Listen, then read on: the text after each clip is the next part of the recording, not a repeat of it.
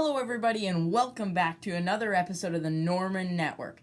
And today, we are going to be talking about the final, the great, the beginning, the last episode of Gotham Season 5 and the last episode of Gotham. So, got my trusty pen here, and we're going to check it off, and we'll get into the review.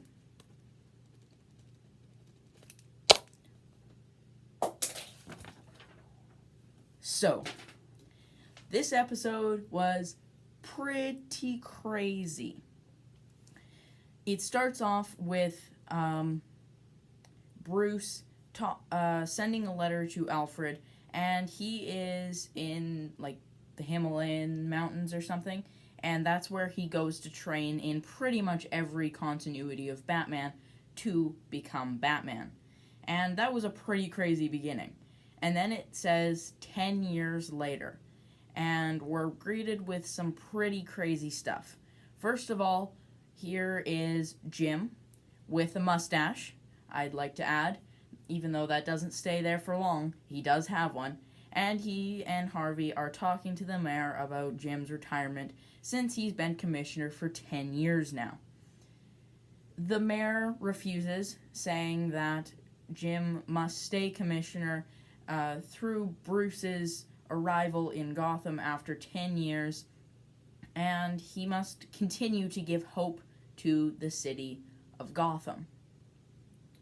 Pan back over to the police station, and pan back over to Arkham Asylum, where we are greeted with Riddler. He is in Arkham. He has really long, crazy hair, and he reads the newspaper over the guard's shoulder and sees that Bruce is returning to Gotham and that Penguin is being released that day out of Blackgate Penitentiary. Riddler is pretty excited and such, and then he goes over and he sees Jeremiah Valeska, who has been a vegetable for a decade now. He's just sitting there in a wheelchair, can't move, can't do anything. And the prisoners have made a game of basically beating him up. Ed stabs him in the leg, and then a whole bunch of crazy alarms go off, and Ed is kidnapped and sent out somewhere, and we don't know where.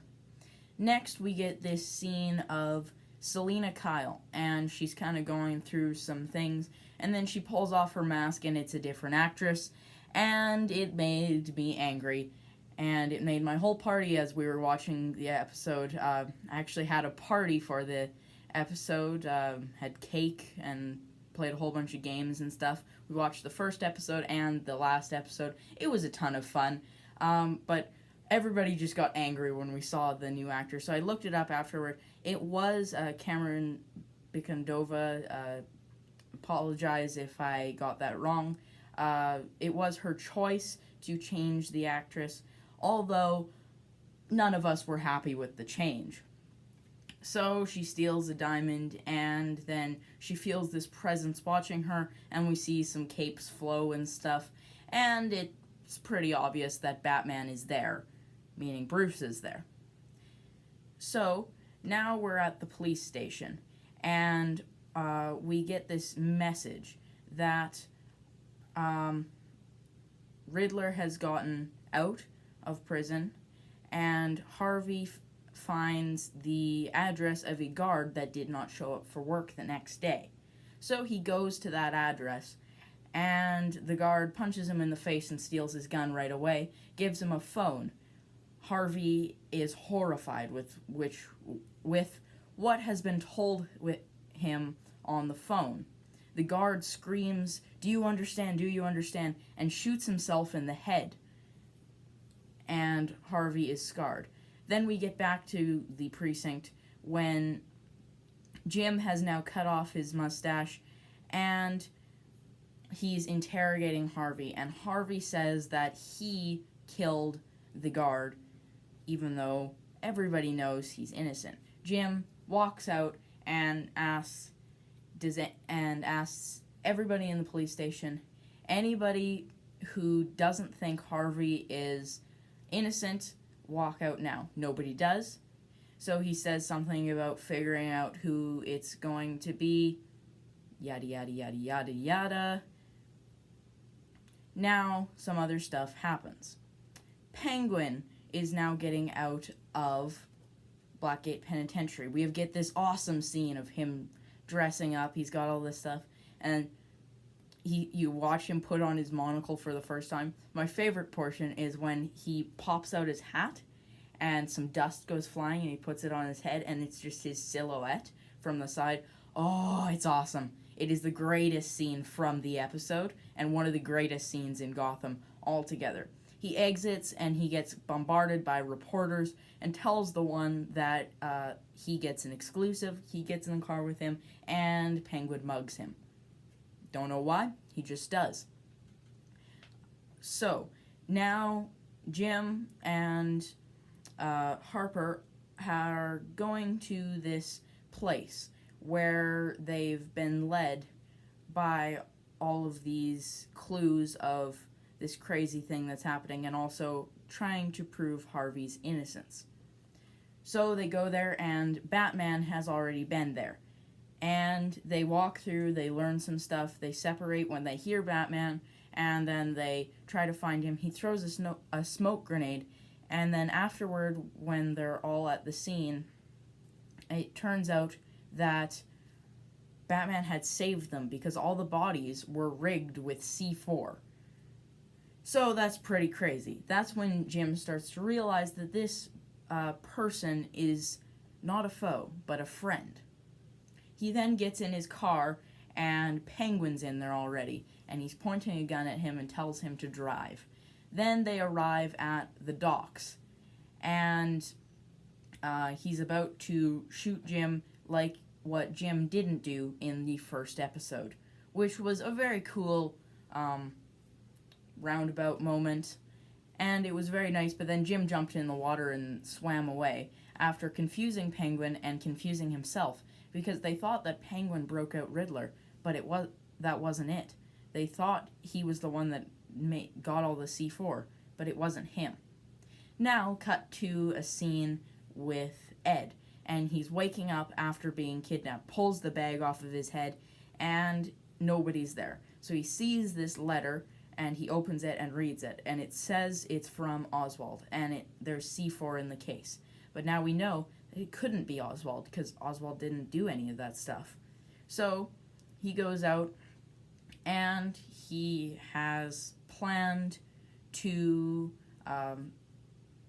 basically blow up Mayor Aubrey James, which is apparently a callback to when he was doing it in the first season, which is kind of funny. So we've now seen these characters. Barbara now has red hair. Barbara Lee is this little kid. She's supposed to be 10. She looks 8 to me. I don't know. And now they're at the gala. And Alfred's speaking. And Riddler is in the back. And Selina and Barbara have found Riddler and they chase him. And then they stop him. And they bring him out. And Mayor James has this vest of C4 on him, and he runs out. Everybody screams and runs away, and they get the vest off of him, and then they think, there was a lot more C4 stolen, so where is it?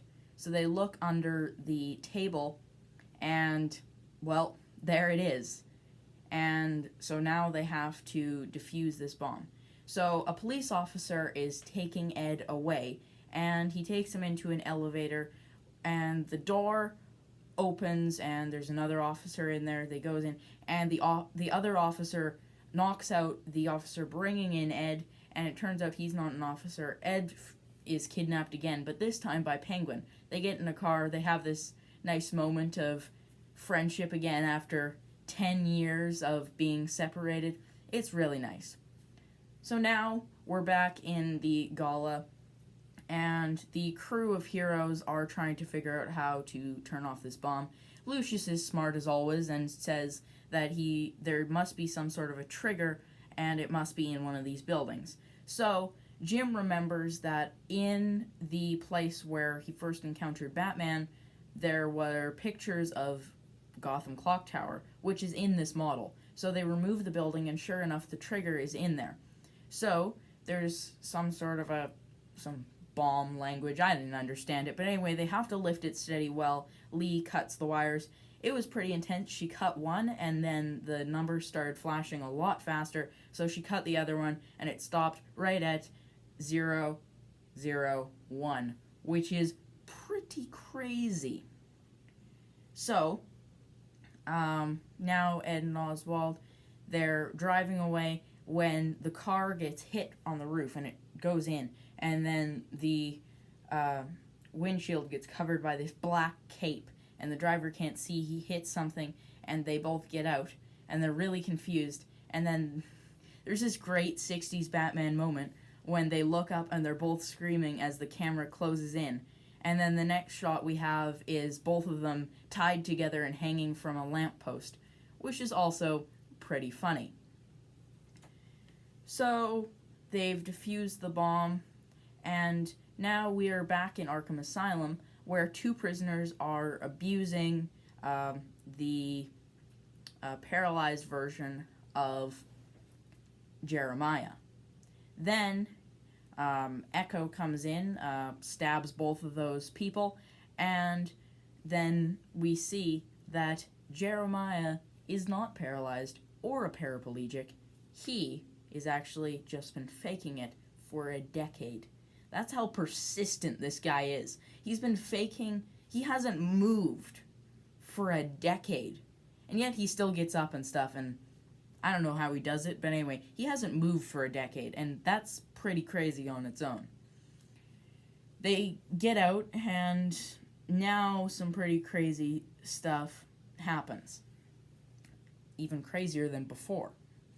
Barbara has taken Barbara Lee, the kid, to the club to retrieve her gun because she is worried about what's happening. Then she hears music from outside and leaves Barbara Lee in the office room while she goes out to investigate, and there is Echo. And she turns around and then Jeremiah is there, and Echo grabs her, puts a knife to her throat, and yada yada yada. They talk for a little while, and then Barbara Lee comes out and throws a can at Echo, releasing her, and then Barbara stabs,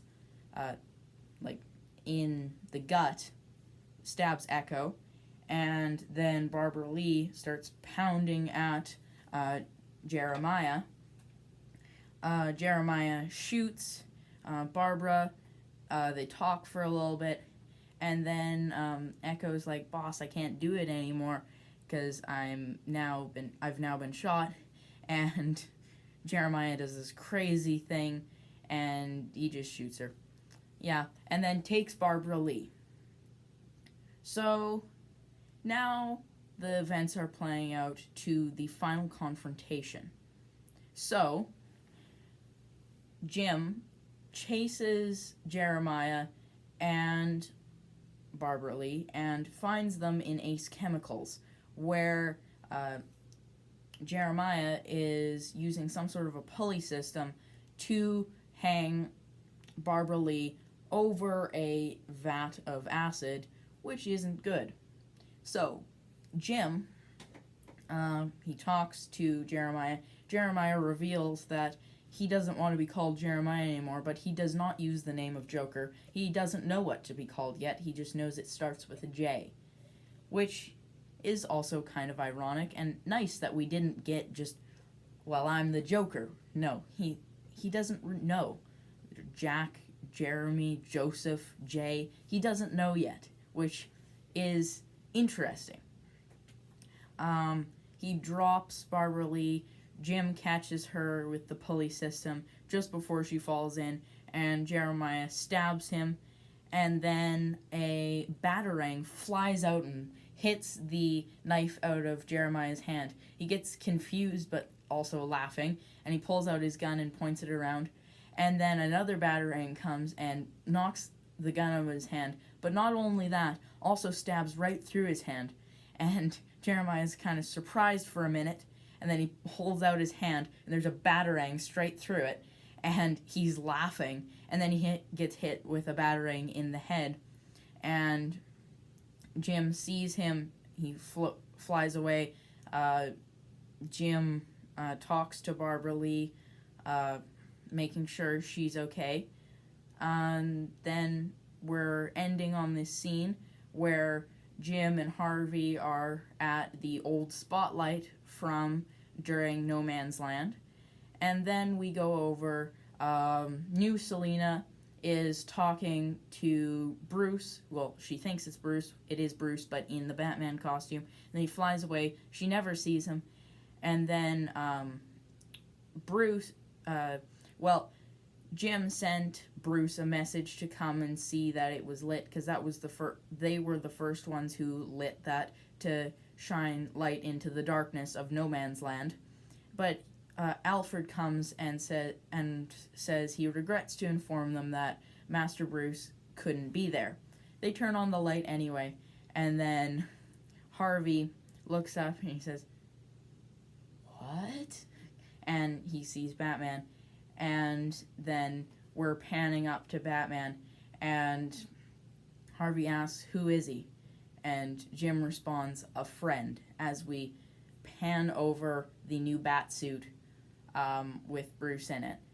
And then it ends, and the Gotham logo has a bat symbol around it. And it was, ooh, that was a great moment. It sent me clapping. It sent me clapping for sure. This was a pretty great episode. It actually wasn't the best episode. The best episode of Gotham ever was in this season, episode 7. If you do get the chance to watch it, you should. I think you can actually watch the full episode for free on the Fox website. If you go to Fox/Gotham or whatever, you'll be able to find, I think, episodes 6 to 12. So if you'd like to watch those, that's where they are. I'll also, because I can't leave this Gotham series behind because it's been so amazing for so long, I will also be writing a web series.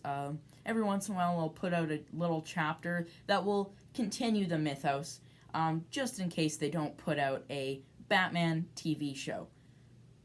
It's pretty likely that they will, but if they don't, we'll at least have the web series. So, on that note, I would like to thank you all for watching, and I will see you in the next episode. Bye!